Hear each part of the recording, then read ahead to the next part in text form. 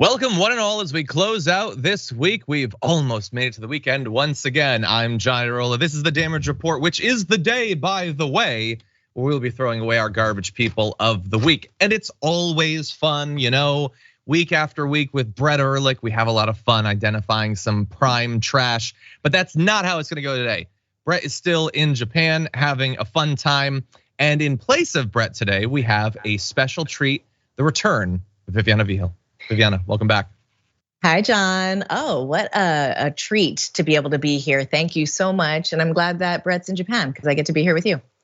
Exactly. Yes, I love us being here together. If I had the chance to instead be in Japan, I'm gonna keep it real, I would do that. So hopefully someday that'll happen.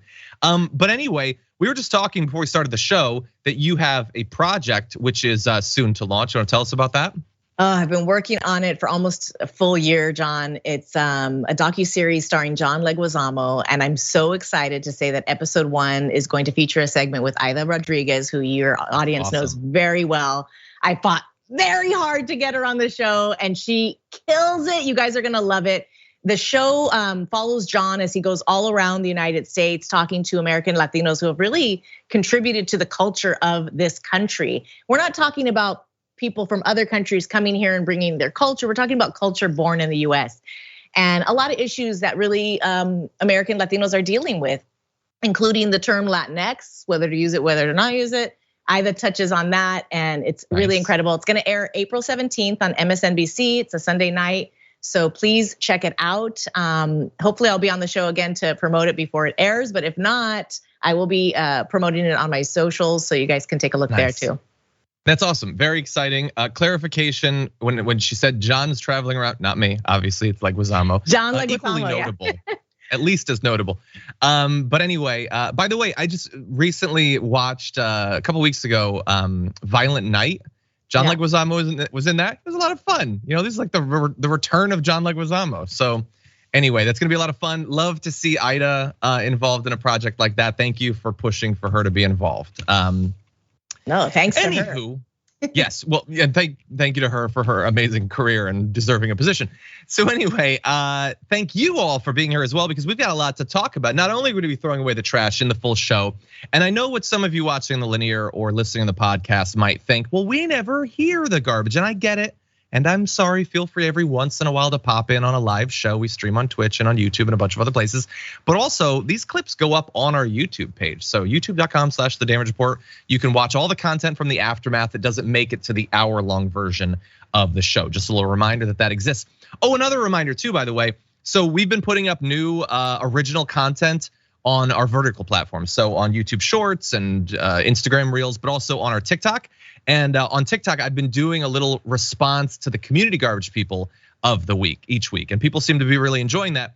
It's already released for today. So if you go to tiktok.com/The Damage Report, you can take a look at that. And if you wouldn't mind hitting the like button on that, that would be great. We're trying to get the algorithm to love us the way we love it. And you can maybe help us do that. Maybe make it the most liked video on our channel. How cool would that be? So anyway, with all that said, we got a lot to talk about. Viviana, this war between Fox and Trump that I feel is gonna be coming, got some evidence there. CPAC is in full Looney Tunes effect, so we're gonna be responding to some of that. And Kyle Rittenhouse desperately needs your money. Also, how is a setting on the iPhone POing conservatives? We'll tell you all about it in just a little bit. So hit the like button, share the stream, send us comments. If you want us to read them, maybe even get a $100 Blue Apron gift card. We would love to see what you have to say. With all that said, Viviana, you ready to do this thing? Ready or not, here we go. Okay, let's do it. So it was revealed in great detail in that big expose about Rupert Murdoch and Fox News and about Donald Trump following the 2020 election, how they knew that they were telling lies, that all this election stuff was nonsense. And we've done a lot of critical coverage of that. But I wanna focus on why they did it right now. So it was very clear from their statements. This is not us reading between the lines. This is us reading the lines of their text messages and emails, that they were terrified that if they turned against Donald Trump, or if their audience just perceived that they were turning against Donald Trump, that they would lose that audience. And that would be it for Fox News. They would flee to Newsmax. Very specifically, that's what their concerns were, which is why the path that Fox is on right now, I find to be so interesting because it looks like they are set to collide with Donald Trump sometime in the near future, in a day, in a week, in 3 months, but they are gearing up for a massive collision. Here's a new report. Fox News reportedly shadow banning Donald Trump.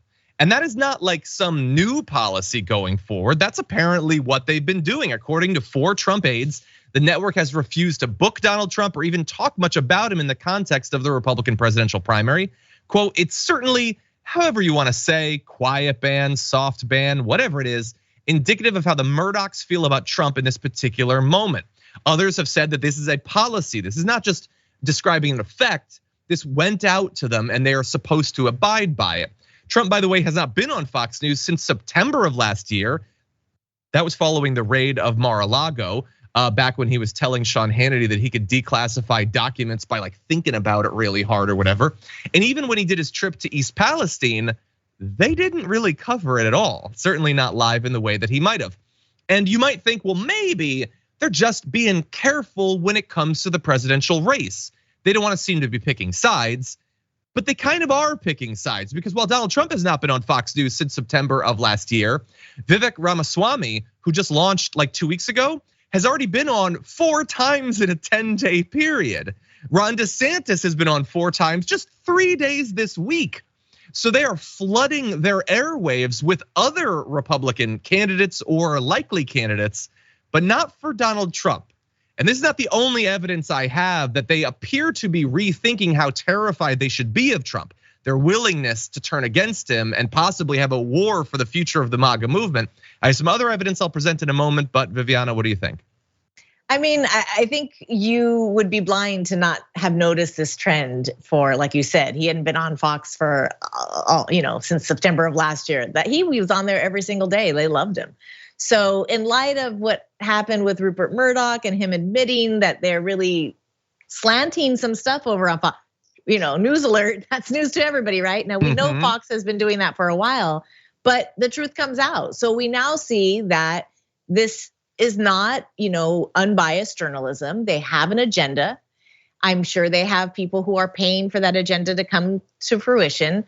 It is, interesting to see who the GOP is now favoring and who, Fox, who has ties to the GOP, is now favoring. So, not shocking, but it's kind of like, watching a car wreck. You're like, okay, well, what's gonna happen next here?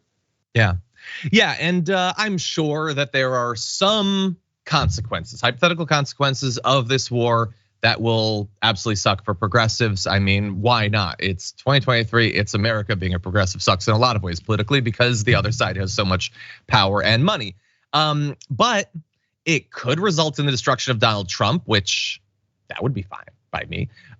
It could result in the destruction of Fox News, which would be the best thing ever. So I don't know, I'm pretty excited for it. There's a couple really interesting things developing in American politics for 2023.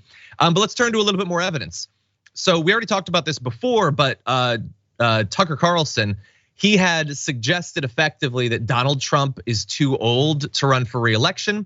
Now, it's not as clear as it seems. Tucker Carlson doesn't have the balls to actually say that, or maybe he has them, but he accidentally overtanned them. I don't know. He didn't say Donald Trump is too old. He said, well, people like Biden are too old and we can't have an old man. They're not strong enough. Wink, wink, idiots. Are you getting what I'm selling? He doesn't, again, have the strength or the courage to actually go up against Trump. But this could very much be perceived by Trump to be an attack. That's what it was designed to be. And some who have a little bit more courage than Tucker Carlson, Laura Ingraham actually participated in a Ron DeSantis donor event ahead of his likely run. Now, again, if Trump were to message her, she could say, well, he's not running for president. This is just a donor thing for his gubernatorial race. I mean, after all, he's gonna have to run again in like 6 years or whatever it is. But no, this is clearly her trying to line up beside Ron DeSantis. So this isn't just like a Rupert Murdoch policy. Some of the highest profile hosts appear to be trying to create distance, and Trump, if the race gets closer, is not gonna appreciate that. I think that, going back to what you said of what this is gonna be, I think this is gonna be the fall of Trump. And like you said, I'm totally fine with that. I don't think it's going to be the fall of Fox News. People find it's entertainment programming. It's not news. It's programming that entertains people and they enjoy it. And I don't even think that Ingram, it's like, oh, well, I really like Ron. I think these people are getting paid. I think that they are getting paid to support certain people and to push certain people. I wouldn't put it past them. And I don't think they have any moral character in their fiber at all to say this is a candidate I really support and choose. But DeSantis has been getting a lot of press and a lot of attention across the nation for his ridiculous policies and horrible stuff he's doing in Florida. A lot of people like it. A lot of people like the hatred and the ignorance. So it's a sad day for our country if he is getting traction. But it's like lesser of the two evils, right? Trump or DeSantis, I don't know. They're pretty much the same. Yeah, I think the perception that they would be very different in effect from like a year or two ago. I think that should be largely gone. I think us who watch politics, who follow politics, we understand that they're far more similar now, both in rhetoric and in substance than they used to be. So we'll have to see. But this is a dangerous path for Fox News because they seem to be lining up. Fox News seems to be making the decision that Ron DeSantis can pull this thing out, so we can afford to turn on Donald Trump and we won't lose our audience. But can they? Because I'm not even talking about polls here. We've talked about the polls. We'll continue talking about the polls. Brian Kilmeade did this thing, and I can't show you the video because they put like Chumbawamba in the background or something. But I'm gonna show you a picture to set the scene. Here's Brian Kilmeade in what that's actually much better video B-roll. My producers know what they're doing. But anyway, I did shoot some screenshots where he looked like a doofus, so we don't have that. But anyway, so he's in this diner surrounded by a lot of people who are very conservative and even more white. And he starts asking them, who do you want for president? And there's a bunch of them there, by the way. And here's how it goes. Trump says the first, Trump says the second, Trump says the third, and the fourth, and the fifth, and the sixth. So perhaps to add a little bit of diversity of thought, he goes up to a woman who is wearing a Ron DeSantis t-shirt and asks who she backs. And she says, oh gosh, I don't know, Trump or DeSantis, I'm either or. So the woman who's advertising for DeSantis isn't even sure she wants him. And when she lists both, she puts Trump first. So I actually was shocked by this. I was further shocked to find out that diner is within walking distance of where Ron DeSantis used to live, and he represented that diner when he was in Congress. So this is DeSantis area. This is right at the heart of the meatball. And yet they all just want Trump. So it's just funny that like you have all of these Fox personalities and top brass who seem to be willing to, in a very cowardly, weaselly way, kind of have a little bit of bravery and distance themselves from Donald Trump. But now you have this evidence where I don't know if that's gonna be good for them, which means it's gonna be very good for us. What do you think? Well, it's the dark side of American politics because they're gonna vote for who the nominee is. And unfortunately, I think that money is gonna determine who that nominee is. If you have Trump or DeSantis on that ballot for the primaries, money's gonna decide who's on the top, and then those people will vote and follow, in line. Sadly, Fox News audience tend to be like sheep, and they will just follow the flock. And they'll think, well, he's the nominee, so he won. I mean, this is kind of the absurdity of a two-party system. And we've seen both the DNC and the GOP playing these dirty games in the primaries and picking the candidate that they want. So, are these Fox News anchors and personalities being, brave? I don't think so. I think they know something that we don't. I think they know what side of the bread what side the bread is being buttered. Is buttered on? Yeah. So they know what's going to be happening. The butter tolls. For whom the butter tolls. I love that. Even better. So they know, okay, the money's here. The money's going to push DeSantis. Let's get behind him now because we need to get these, companies on our side. There are donors. Yeah. There are people who are buying the advertising on Fox. Yeah, and we haven't seen any of that. We also, to be fair, haven't seen Ron DeSantis really campaign against Republicans, but also he doesn't really seem to be indicating that he has the heart for it, that he has the guts to go up against him. He's getting decimated on his prior support for cutting Medicare and Social Security and all of that, rightly so. And I can't imagine that he's the one who's going to attack Donald Trump more effectively than everyone else. Nobody seems to want to do it. Even Fox News here, by the way, like creating a little bit of distance where you don't bring him on, where you don't cover his event, where you like sort of hint that older people like shouldn't be in office or something. That's something. But if they actually believed that it would be better for them, better for conservatives, better for the rich, or whatever drives them, for Ron DeSantis to be president, what if they all turned their cannons on Donald Trump at the same time? What if all of them did? They could potentially take him down. It's just that they are all to a one cowardly little babies. That's what they are. That's it. No offense to babies. Babies shouldn't have to fight these fights. Babies are pretty brave. They're pretty brave. They'll just jump downstairs. They don't even know what's going on. Because they don't understand the consequences of actions. It's more ignorant than brave. But anyway.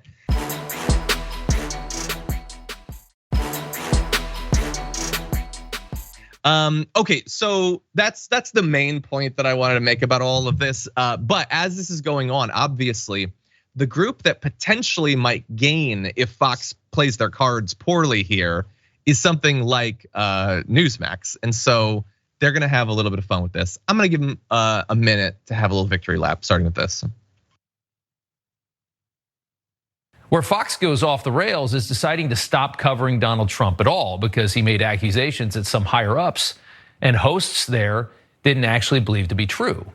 After the 2020 election, Trump was still the sitting president of the United States for a couple more months, the most powerful man alive. Anything he said was newsworthy and worthy of analysis. Yeah, it might be newsworthy when the guy is making obvious, blatant lies about the election. It might, in effect, be worthy of analysis, but just broadcasting it without any filter, as Newsmax was doing, is a great way to get sued by Dominion, as Fox was, and as Newsmax was also. So this is host Rob Schmidt, I guess, of Newsmax, trying to stick it to Fox a little bit for this expose, which is totally deserved. Fox was being totally fake. I would add as a corollary that Newsmax has been just as grifty as Fox ever was.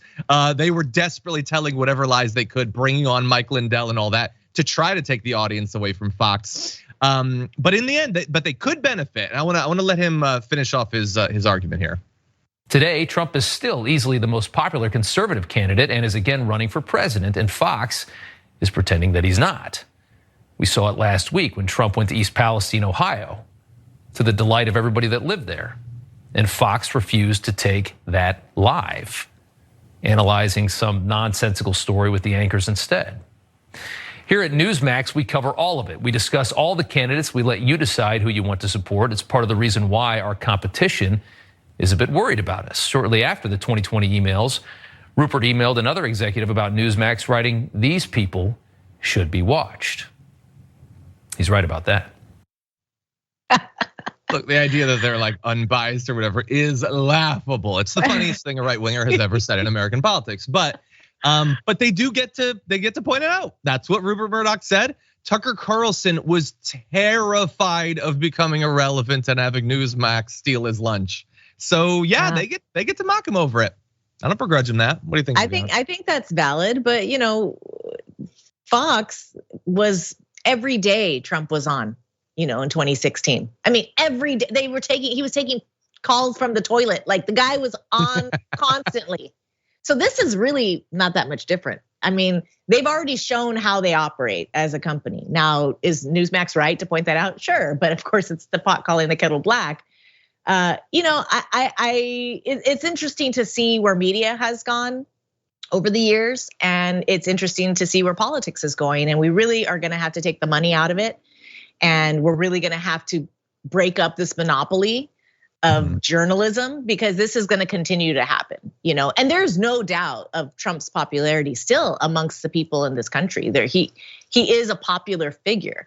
So whoever wants to prop him up, that's not working obviously anymore as it did before. So they're picking a new candidate because he's problematic in a lot of ways, and it's not his opinions.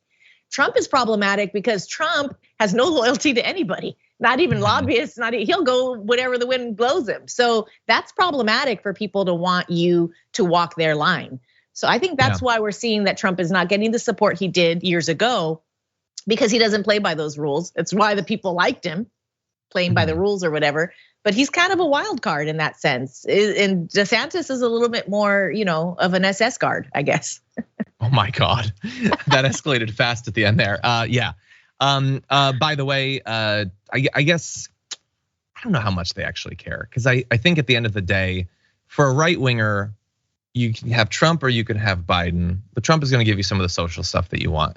Biden is going to give you a lot more stuff that's exciting to talk about as a right winger, and he's not going to raise taxes anyway. So, like economically, it's probably pretty similar.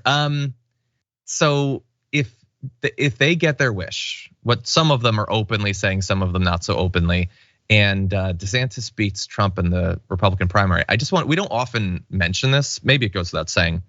That doesn't mean that Trump doesn't keep running for president. I'll remind you.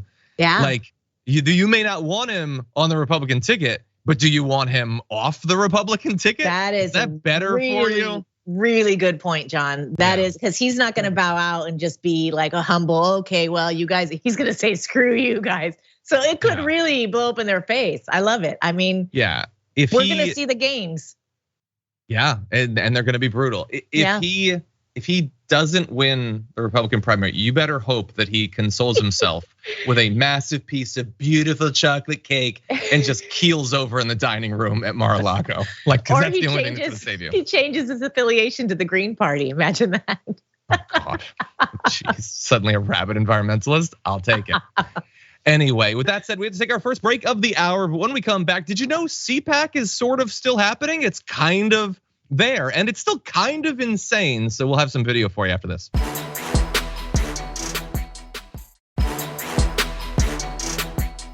Okay, welcome back, everyone. So I'm trying to figure out another mystery. So it's a little bit bluish, your hair? No. Purple? Brown. Brownish? Okay, I'm getting a little sheen. It might be light bouncing off of maybe like the. I'm not that cool, John. I'm not a purple blue hair. It doesn't work for me. Okay. Okay. I bet it would work fine, but it looks great as it is. I like it on other people, but a mermaid hair is just not. Yeah, this is just like a chocolate brown, so there might be some tinges. Maybe the light's reflecting. I don't know. It's a little bit of light. Maybe I don't know. Maybe like right next to the ocean or something. I don't know. Yes, I'm on. Anyway. Yes, aren't we all? Okay, with that said, we should do a TYT cruise. Oh, yes. Do live shows. Ooh, I'd love to be invited. That's a great idea. How would you like to live in person see me vomit all over the place? Anyway. Well, that now changes everything. That's what happened the last time I was on a boat for a solid week and a half. Anyway, with that said, we got some CPAC news. Let's jump into this. I wake up every day pissed off because this administration destroyed the most secure border in our lifetime. And I'm sick and tired of hearing about the family separation. And I'm still being sued over that. So come get me. I don't give a shit, right? Bottom line is we enforce the law. American families, when I was a cop in New York and I arrest a father for domestic violence or someone for DUI, I separate that family. When you violate the law with a child, you're going to be separated. Oh, they love families. That's what conservatives love, families and kids and life, and screw them and separate them. They did something that I don't like, so they should all suffer for the rest of their lives. I love how fast we've moved. That, by the way, is former Trump ICE director Thomas Homan. So you remember what the Republicans were saying when the family separation thing blew up? Many of them were like, well, hold on. Under Obama, there was a place too. So yes, okay, it's bad, but it was bad for everyone. A couple years later, it wasn't bad at all. Screw them. I'm gonna literally swear and get cheers at CPAC because I separated these families. These people are bloodthirsty, Viviana. It is, it's laughable, and only because it's so sad and tragic. I mean, I'm sick and tired of hearing about the family separation. Imagine being a kid. These are the people that claim to care so much about kids that they're gonna force you to have them. But if you break a law and you have a kid, we might kill you both. I'm just letting you know. 100%. Yeah, it's obviously unapologetic. It's like siblings fighting too. Well, Obama did it. Well, Biden did it. Well, it's like, really? How about none of us do it?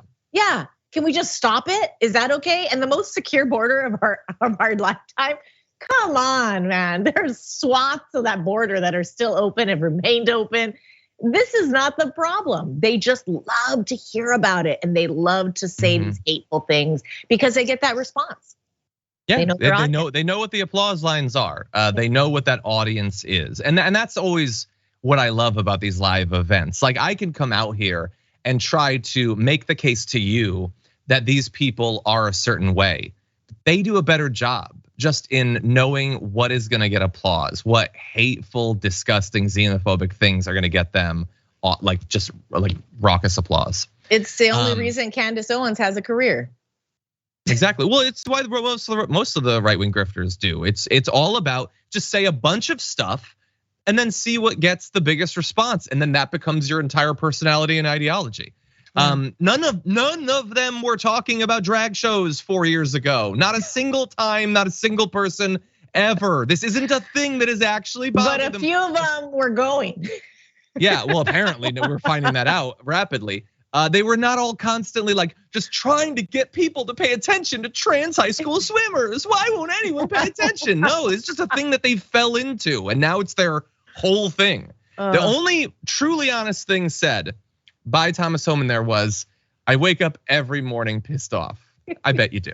I bet a lot of you do. Because none of this stuff is actually gonna fill the hole inside of you, it turns out. Damn it, we're not putting kids in cages anymore. I'm so angry.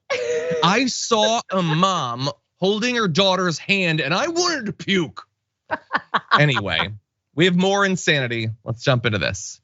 Every day it's something new. Yeah. They're coming after family. They want to divide family. They don't want any gender. They want one gender. They want to attack everything that we've done over the years and go by their ideology. And they know, the left knows, especially the far left, the progressives, the crazies, they know that if they can get to our young kids, then it will change everything just in a short period of time. What are you talking about? We want one gender. Like, again, he doesn't even know. They all know that they're supposed to say. Restrooms. Yeah, I guess, sure, unisex bathrooms, I guess in some areas, I don't know, but one gender, he knows he's supposed to say gender. He's basically Chat GPT, but kind of walking around and roughly alive. It doesn't know exactly what it's supposed to say. You guys believe there should be only two genders. If anything, you attack us for acknowledging other gender expressions and identities, not fewer of them. Get your talking points straight. In any event, he wasn't the only person focusing on gender. First of all, spoiler alert, they all were, but here's one more speaker on that. So last Congress, I did something radical and extreme because remember, Marjorie Taylor Greene, she's so extreme.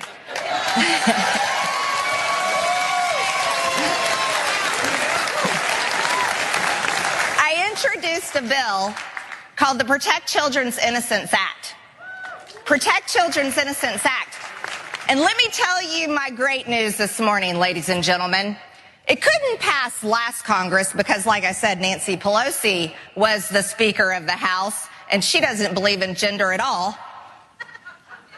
But we have a new Speaker in our Republican majority in the House of Representatives.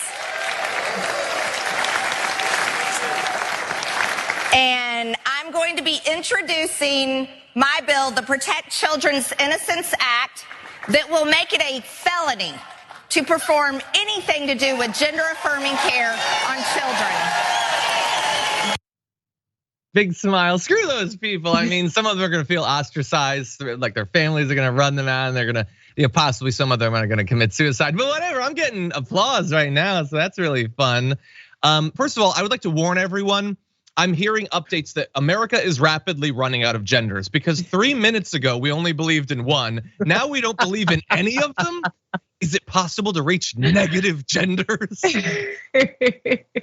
No genders at all. And she wants to protect children's innocence until they're born. And then she doesn't care anymore. It's just the hypocrisy is really strong. And this is exactly what you said. I love the Chat GPT analysis. They're like, check, let me just say it. Let me just say it. Let me get the applause and move on. They really have no interest in really understanding the complexities of gender affirming care. You want to protect innocence, but you don't want to protect children's, mental health. You don't want to protect children from suicide. You don't want to check. I mean, the list goes on about how we can actually protect children, and it has nothing to do with what she just said. Yeah. I don't have the text of her Protecting Children's Innocence Act right here, but I have a feeling it probably doesn't protect them from maniacs wielding AR-15s. Again, just like take a look at the sorts of assaults on their innocence. So like a second grade teacher who doesn't exist, who wants to groom them or whatever, that's a big threat and needs to stop. But then being gunned down in cold blood, no, we don't need to do anything about that. The possibility that they won't receive a good enough education, access to higher education to live perhaps the sort of life that they might want to, that's not a destruction of their innocence or their potential. So forget about that. We don't need to do anything about that. It's all about the gender stuff, which as we know is the biggest issue that has ever faced American schools. Absolute garbage. This is the same discussion they were having in the early 90s in regards to sex education and providing education about contraceptives, condoms, all that kind of stuff. And it's the same language. They wanted to protect the children. Don't listen, but they don't think about the aftermath of what hiding that information from children could do. So it's a new talking point for a new decade, but it's the same kind of thing where they think that educating children and providing resources to children is somehow perverting children. But if we just have our hands off, that's gonna be better. But we know from studies and they've done the research, we gotta educate children about safe sex. We have to educate children about genders and gender identity and gender identity. Here's the thing that is getting so perverted by the Republican Party. Gender identity doesn't have to do with sexuality per se. No, it doesn't. So why are we mixing it up like it has to do with sex? It doesn't. It has to do with how you express your gender. So, they're really confused and they're in the dark about this. They don't care to learn. Like you said, they're just chat GPT bots. I love it. It's exactly what's happening. 100%, yes. I tweeted earlier today, just it's the conservative Google the difference between sex and gender challenge of 2023. It's not complicated. It's not about sexual orientation, and it's also not literally about your sex. It's a different thing. And they are more focused on gender than anyone in American history has ever been. They just will never say that that's what they're focusing on when they talk constantly about how terrified they are of not seeming masculine enough or male enough or alpha enough or whatever. They are like right now somewhere, Ted Cruz is terrified that someone doesn't perceive him as masculine. So they are very focused on that. They don't want anything other than discussion around how tanning your balls is gonna make you more of a man or whatever. They are super interested in gender and gender expression. Wait a minute, John. They just don't want you to be paying attention to it. What? John, this is the second time you've mentioned tanning balls. And it's a thing. Does it happen? No, it's Tucker Carlson did this stupid faux documentary where they had this machine that you stand in front of that microwaves your testicles or whatever to supposedly make you a man. It's not my thing, it's his thing.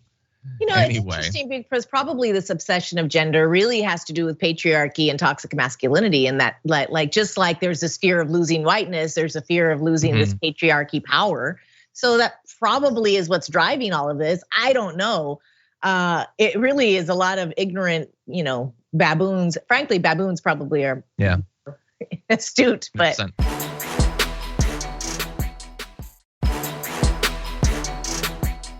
These are difficult times for CPAC because a lot of the big stars on the right are not interested in taking part. Ron DeSantis, who's like the big governor of America, he's head meatball. He doesn't want to be there. Former Vice President Mike Pence is skipping the event. Ronna McDaniel, who I guess is popular. Glenn Youngkin, who's a very popular Republican governor, not gonna be there. They do have some people there, but the vibe those people are generating isn't probably what CPAC was hoping for. It's being described as a bunch of speeches and panels that are forgettable, meandering, and filled with stale cliches, even by the low standards of conservative political rhetoric, including Senator John Kennedy making a joke about how kale tastes bad, because that vegetable kale is liberal or something. You've got the Libs of TikTok person making anti-trans comments, very novel and brave on the right. Literally all of them were doing that. Jim Jordan talked about Russian collusion. I think he forgot what year it was. Steve Bannon said that Trump won Pennsylvania. Okay, they just all talk about how everything is woke, I guess. It's boring. You got Candace Owens, who is the headliner for a day of CPAC. God, they are in rough times. Talked about how people mutilating their bodies does not change your sex. She apparently has not completed my challenge because while it does not change your sex, it might change how you feel you're expressing your gender. And those are very different things. I don't know why it's so difficult for these people to understand that. But while the people that are there are awful and boring, and many people don't want to show up, they do have one potential star who's still gonna come, Donald Trump.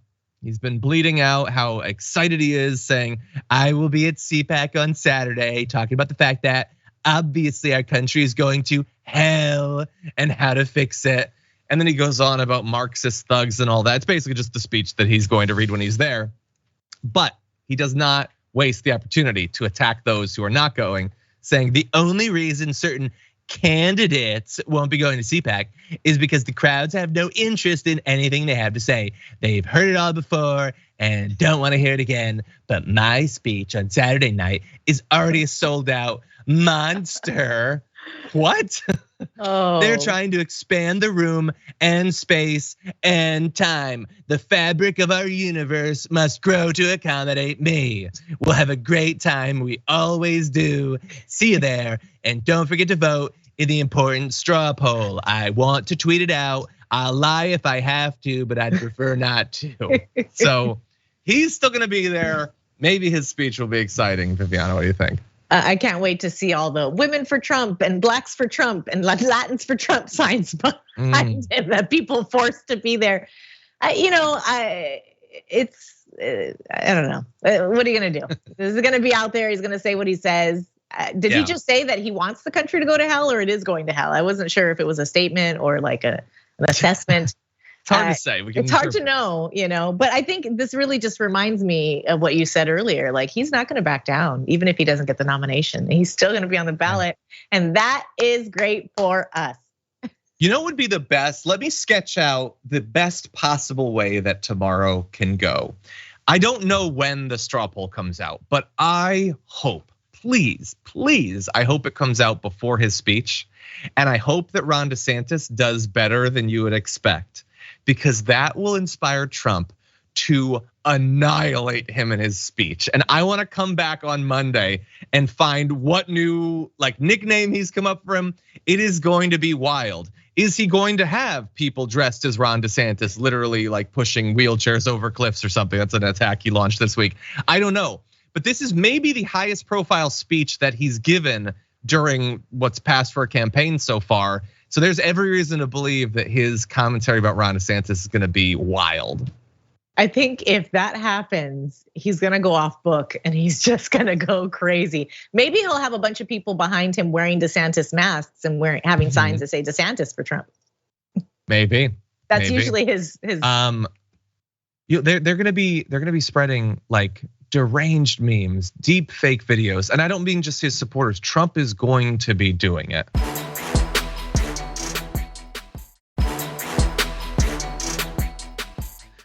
Anyway, do we have time? I don't know. Okay, we're gonna take a little break. I'm gonna reassess when we come back. We'll see if we can get to Matt Schlapp or not, but let's jump to this. President Joe Biden announced just yesterday that he's gonna be signing a resolution to nix the District of Columbia's crime bill. And he announces with a tweet saying, I support DC statehood and home rule, but I don't support some of the changes DC Council put forward over the mayor's objections, such as lowering penalties for carjackings.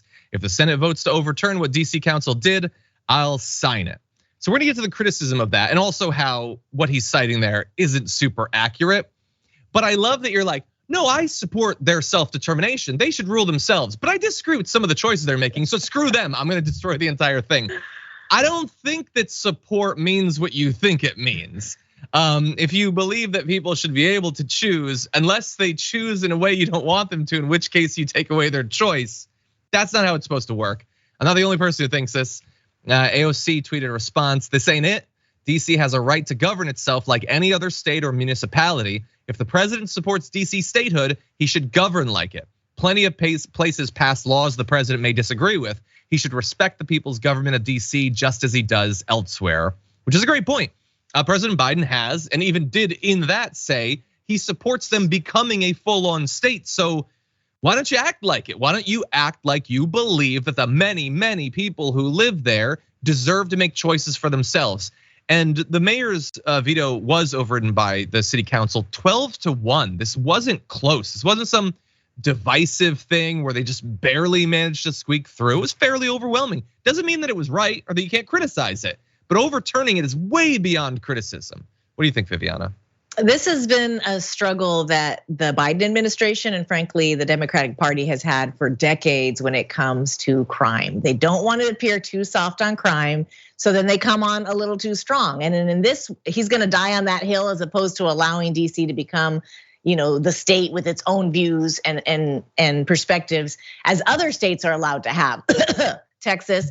So, you can't pick and choose which state gets to choose what they want to do, right? You're going to allow Florida and Texas to be doing some ridiculous things, but yet DC wants to make their own rules and you're going to be against that. But this, like I said, goes back to this crime bill and how it could appear that he is soft on crime as we go into an election year. And this is a problem that the Clintons had, or I'll just say Clinton because it wasn't the Clintons. But they got really, really tough on crime in the 90s, and we've seen the aftermath of it. And in fact, this crime bill is really a reflection of the harsh penalties that came into place during that time. Even to minors. I mean, we saw the youth authorities across the country change into these prison systems for children and really starting to regulate it like a prison. And these are kids who are 14, 15, 16 years old. And so this harsh view on crime is something that the Democratic Party really needs to figure out, because you can't be on the fence like that. You can't say that you're for the people and you support what they want, and then come down harsh with a hammer. Oh, well, we don't want to do. So, this is the problem with Biden. He tries to be safe a little too much, and then he gets into some hot water. Yeah, 100%. And by the way, like that's going to be an ongoing debate inside of the Democratic Party. But I also want to be clear about what is actually happening with this change, because if you just read what Biden says, they're lowering the penalties for carjackings, which, by the way, there have been 94 carjackings in DC just this year so far. I don't think there's been 94 days, so that's at least one per day on average. So you might see that and think, well, wait, why would they be lowering it? Because he doesn't say to what or from what. I guess they're just letting them go. I guess they give them 20 minutes in the slammer or something. And then a reasonable person would read that and think, well, I don't want to be carjacked. Why would you be going easy on them? Well, hold up a second. So let's talk about what's actually happening.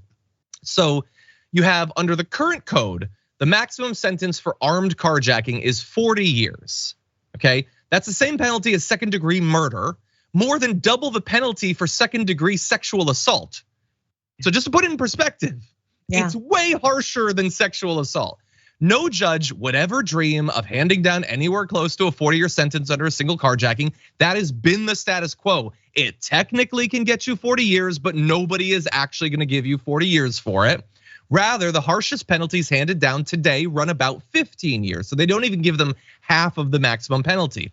In recognition that some rare cases may warrant even longer sentences, the RCCA authorizes a 24-year maximum sentence for carjacking. That's the new bill. So under the new bill, you could potentially get a 50% longer penalty than what you in reality are actually getting under the current system. So it's not inaccurate to say that it's lowering the penalty, sort of. Hypothetically, it's lowering the maximum penalty. In reality, you're likely to get the exact same penalty and might even get a longer one than what you currently get under this system. So maybe Biden doesn't understand that. Maybe he's just being openly dishonest about what this would actually do, but don't believe the hype about it. They're just letting people out the next day. 15 years or 25 years or 40 years, you're paying the penalty for a carjacking. And that 40-year penalty was probably put in place in the 90s when that crime bill went really strong across the country. And let's talk about why we're seeing more smash and grab jobs. Let's talk about why we're seeing more people stealing cars and doing that. That's a bigger problem than just this one little off-put tweet. We're talking about inflation being high. We're talking about the price of eggs. I mean, that used to be just like a euphemism, but now it's like, let's talk about the price of eggs. This has a lot to do with the price of eggs. So we got to look at the country as a whole and look at why crimes are being committed across the country and in big cities like DC, New York, Los Angeles, San Francisco, and really get to the bottom of that. And they don't want to Biden doesn't want to talk about that. He'd rather just be like, no, we got to close the book on him and just call it. That way they only read headlines. It's true, John. Very few people, your audiences are readers. They go into the details, but very few people just read the headline. Yeah. I mean, this is for him to be able to say that he's tough on crime to get some Republicans to, they're not gonna give him credit. He thinks it will. It won't actually work for that, but anyway. Yeah. Okay, with that said, he'll try, he's continuing to try. But thank you to AOC for pushing back against that and being consistent on DC statehood. With that said, why don't we jump into our last story of the hour? It's ridiculous, this lawsuit. It's very frustrating and it's upsetting. This is honestly, to me, an attack on our Second Amendment rights and our rights to self-defense. And it's saying if you use your God-given right to self-defense, they're gonna come after you. If you win in court, you're acquitted, rightfully so. They're gonna take you to civil court and they're gonna take you for everything you're worth. They're gonna drive you into bankruptcy and drown you in a mountain of legal bills. So that was apparently, I think, Tucker Carlson's son or something, going on his show he looks weirdly like him. Kyle Rittenhouse, just practice like you moving your mouth so that you don't have the slack-jawed face like Tucker Carlson later in life. Anyway, he was given a national platform by Tucker Carlson again to beg for donations for his legal defense. Someone who has already been given hundreds of thousands of dollars from conservatives because he went and killed some people. So he deserves hundreds of thousands of dollars, and that's not enough. He needs more of your money. You should transfer, you, a conservative who might be having a difficult time, should take from the little money that you have and give it to Kyle Rittenhouse so that he doesn't have to deal with the legal consequences of his barbaric actions. So anyway, as he alludes to there, he is facing this lawsuit, wrongful death, over one of the individuals that he killed when he killed a bunch of people. And he has a little bit more to say about that. Let's jump to that now. I know we're gonna win to court, but it's gonna be expensive. It's gonna cost a lot of money to fight these attorneys. They're very powerful. You can go to help me take on these lawyers so they don't come after more people, because if they can come after me. Tucker, I am begging you to blink. Honestly, move, like give some signal that there is brain activity going on. I understand that Kyle Rittenhouse is a terrible speaker and it seems ridiculous that a news person would be spending their time having him just beg for money or whatever. I might want to give him that sort of look while he's talking, but this is your job and you're supposed to be better at it. Anyway, Viviana, Kyle Rittenhouse got acquitted or whatever. It doesn't make him anything other than what we all know that he is. But I have to say that I draw a lot of continuing pleasure from the fact that his life for years and years is just going to be a long drawn out battle over the consequences of what he chose to do. Ironically, he's talking about the right to defend yourself when he killed Anthony, is it Huber, who was defending himself. So you see a guy wandering the streets with an AR-15, you're a hero if you smash him over the head with a skateboard. Exactly. Unless you're Kyle Rittenhouse, then somehow you're under attack. Bro, nobody asked you to go there and put on your latex gyno gloves. Nobody asked you to do this. This is not self-defense. You could have stayed tucked in bed with your mommy and your daddy, just like you are right now. And instead of doing this whole charade about, this is an attack on self-defense. No, it isn't. It's an attack on idiots who think they can go in the street and just shoot people. So sorry, but you're gonna have a long legal battle ahead of you. And if people wanna give you money, that's their stupidity. But they better watch out if you decide to take to the streets again, because who knows who's at risk. Yeah, and bear in mind, everyone, when he talks about a right to defense, he means you have a right to defense if you have an AR-15. Anyone else who defends themselves from the maniac running around with a military grade weapon, they don't have a right to defense. They can be gunned down and it doesn't mean anything. Final advice to Kyle Rittenhouse. I understand that this is a difficult period in your life, but you should probably actually savor it, because if you ever get past these trials, no one is ever going to pay attention to you for the rest of your life. You're going to descend into utter mediocrity, or maybe worse, in your continuing quest to get the right wing to love you. This is actually probably the high water mark for your life. Anyway, with that said, that's all the time we have for the first hour of the show. Much more to come in the aftermath, everyone, including the garbage people of the week. We'll see you in a few.